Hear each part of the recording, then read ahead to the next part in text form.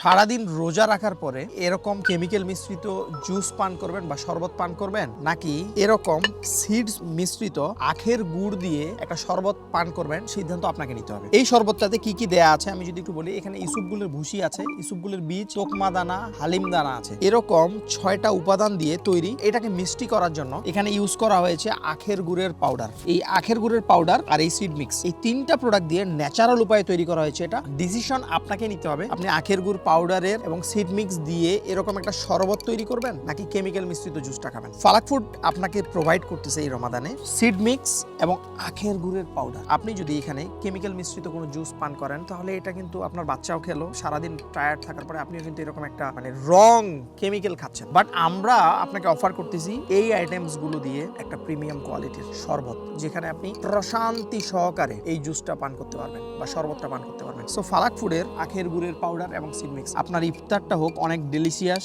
অনেক স্বাস্থ্যসম্মত। ভালো থাকবেন। আসসালামু আলাইকুম।